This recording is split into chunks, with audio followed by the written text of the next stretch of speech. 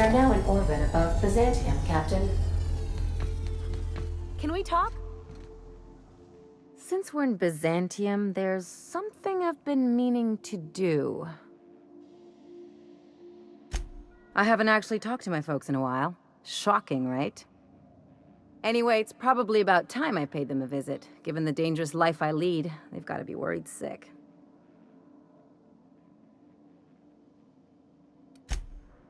Whoa, let's calm down. I'm not asking for a favor or anything. I'm just suggesting we stop by. When we're in the neighborhood.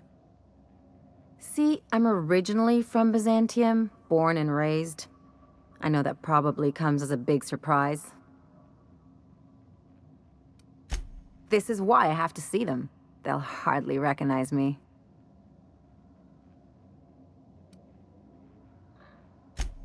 Reconnect is a strong word. And, I was thinking you'd come too. Great. And when we get there, draw out your rough edges a bit. If you've got an outfit you haven't washed in a while, maybe one with some blood stains, wear that one.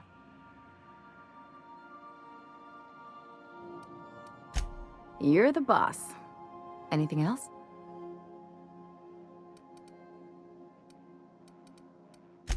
What did I tell you? His down with the man shtick was just an act.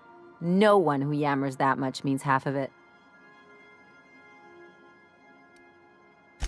Obviously not. And better for Felix to know that now rather than become the next Trask.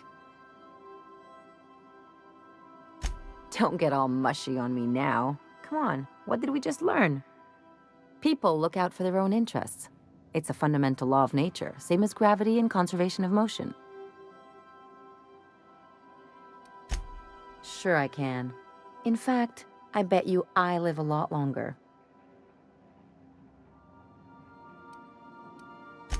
Well, let me know how that works out for you. Anyway, you really want to tell me you're helping the scientist because you think he'll save the colony? And here I thought I'd seen it all. This galaxy must be bigger than I'd thought. Enough about Harlow, though. Anything else?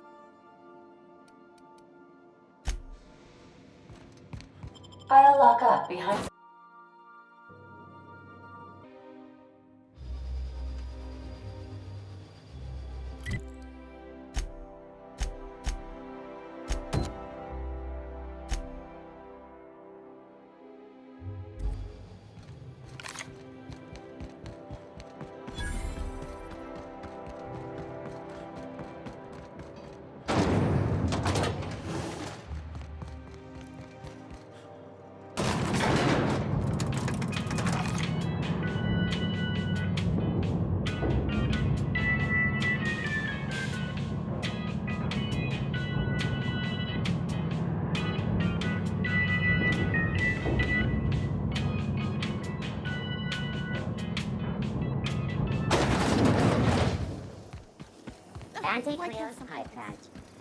Hey, you! Yeah, you! Want to be famous?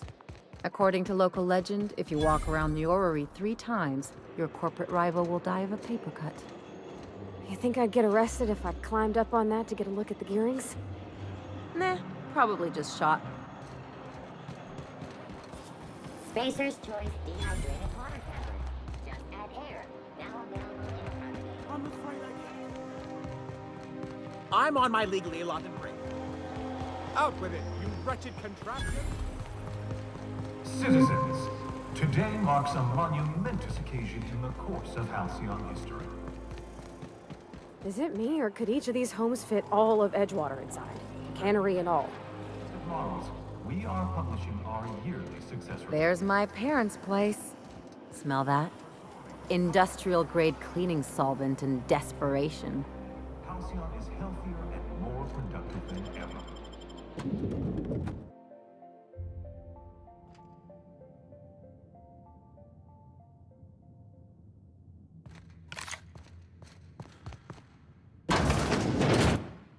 Marilyn, is that you? Lars, we certainly didn't expect to see you like this. And I didn't expect you to renew your marriage contract. But we're all full of surprises today, aren't we? Speaking of surprises, you should meet my new friend. We've been running around the system for a while now, stirring up all sorts of trouble. Play the ruffian angle some more. You're supposed to help me make an impression. Anyway, you're probably wondering where I've been all this time. Not exactly. The last few years have been a bloody haze. You wouldn't believe the messes we've gotten ourselves into. Right? Are you trying to make me look bad? Marilyn, this really isn't the best time. Perhaps you should go. We'll stay as long as we like. And while we're at it, we'll drink your expensive hooch, wear our outside shoes all over your nice floors.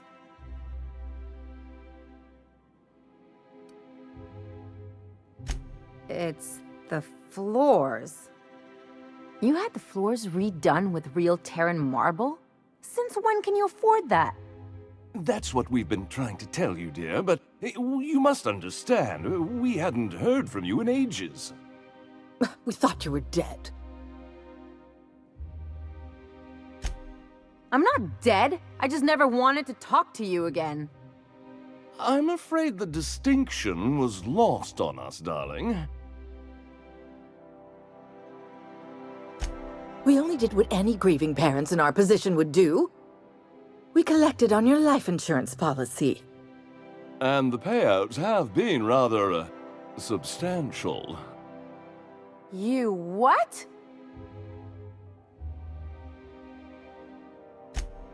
Well, now that I'm here, I guess you'll just have to report back that I'm very much alive and kicking. It's not that simple. For one thing, we'd have to cut back on so many necessities. The neighbors would be sure to notice. Why did you do that? We had to explain your disappearance somehow. We couldn't very well tell people you'd run off to become a miscreant, could we?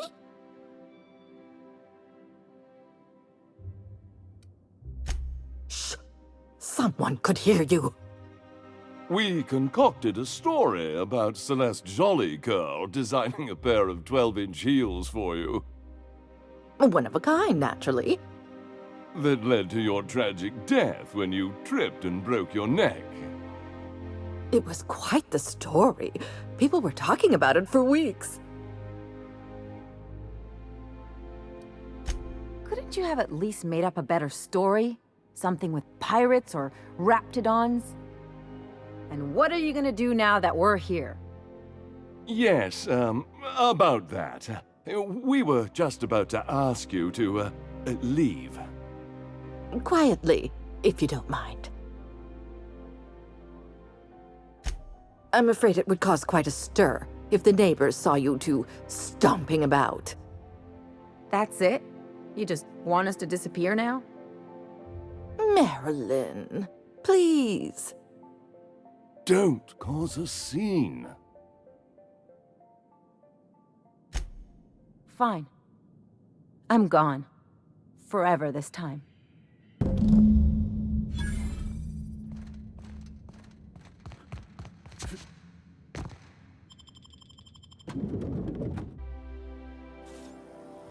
Can we talk? Can you believe those two? We'd hardly been there a minute and they turned us out like yesterday's garbage. I wanted them to get upset. I just thought it would play out differently. They'd both be sitting there watching one of their vapid aetherwave dramas, and then we'd walk in. Mother would drop her mock apple cider, and the glass would shatter all over their overpriced marble. Father would tear off his glasses and blink open-mouthed.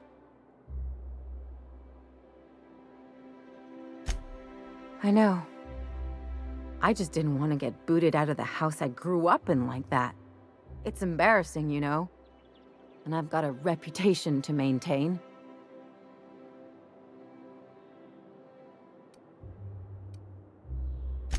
I'm used to rough situations. Like when someone loads your pistol with blanks and strands you in a Marauder moonbase, or traps you in an airlock with an angry mantis worm.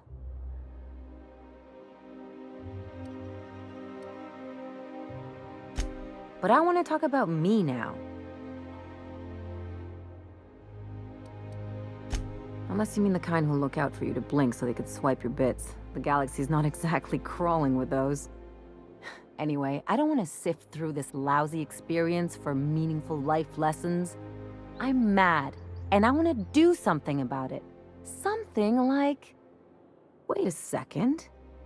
What if I could get that money? Want to bet? I've got some big appetites, and they're all cheap.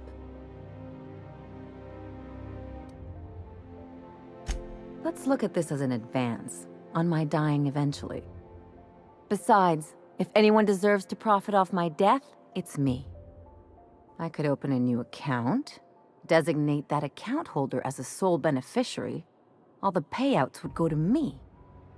I'll make money without doing a thing, and I'll get to cut them off.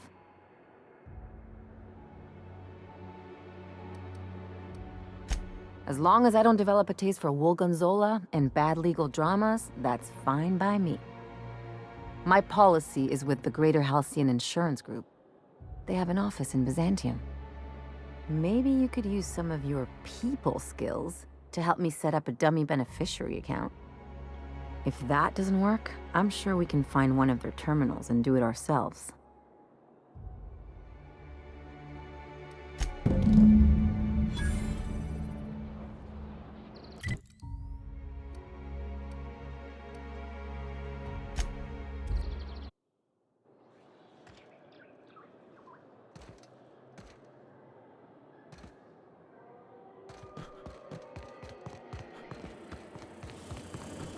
Anti-Cleo's facial mask and cream leaves you feeling fresh and tingly. I guess we're going to Fallbrook. Machinery for 2 hours after application.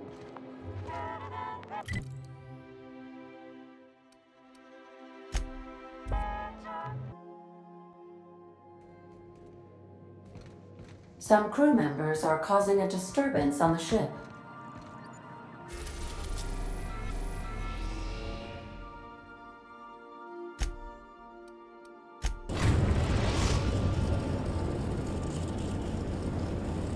We're now in orbit above Fallbrook, Captain.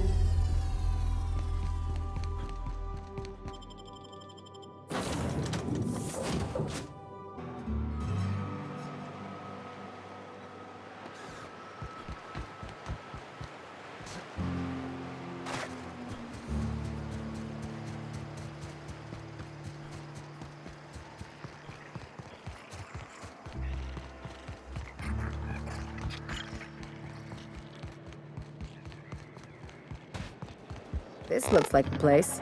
You ready to get my money or what? I see you're still in one piece. However, you never know when that could change. Consider our accidentally torn into tiny fragments coverage. Note that all of your fragments must be recovered and must be smaller than a standard bit cartridge for the payouts to kick in.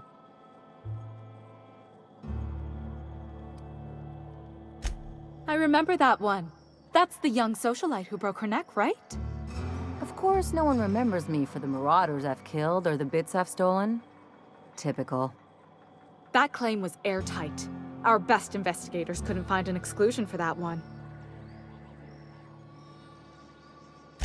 You can't, of course. Only Miss Fenhill can assign her beneficiaries. And she's dead. If we let every friend, relative, and acquaintance change a policy like that, people would do it all the time. Imagine the paperwork.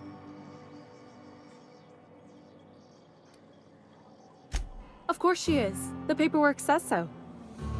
I like to think she's dead in spirit, but technically, legally, and regretfully, I'm still Marilyn Fenhill. That's impossible. By all accounts, she was an elegant and classy woman with impossibly fine bone structure.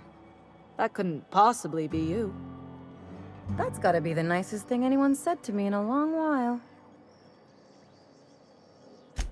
Oh, you mean hypothetically? Well, hypothetically, you'd access the terminal in the back room that contains data on all our policies. And you'd, theoretically, add the beneficiary of your choice. But you wouldn't actually do that, of course. That would be fraud.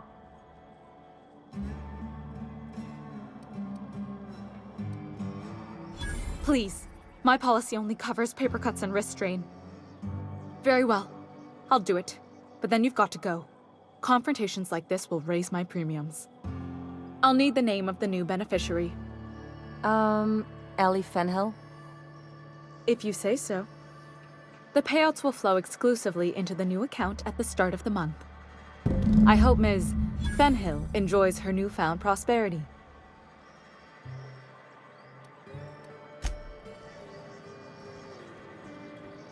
You really did it. Give these payouts a few years and I'll be rolling in it.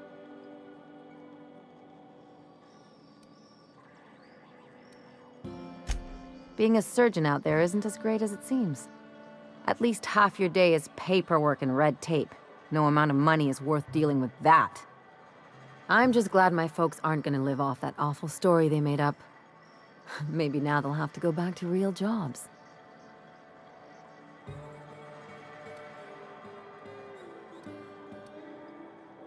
Don't get me wrong, I'm happy to have the money too. Just don't ask me what I plan on doing with it.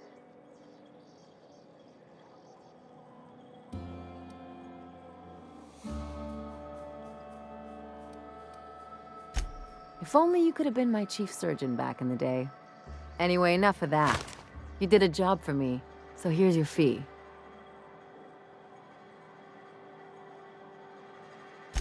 Don't make it weird. Even you've got to be in it for the money now and then. Why else would you go through all this trouble? I always thought it meant we get used to the smell of each other's dirty socks. But you really do see a rosier version of things, huh?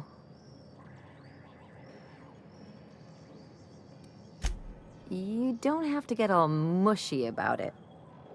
Still, maybe you've got a point. Maybe it's good to watch someone's back now and then so that one day, they watch yours. So, you just keep the money. One of us has to look out for your interests. Don't mention it. Really, this feels weird enough as it is.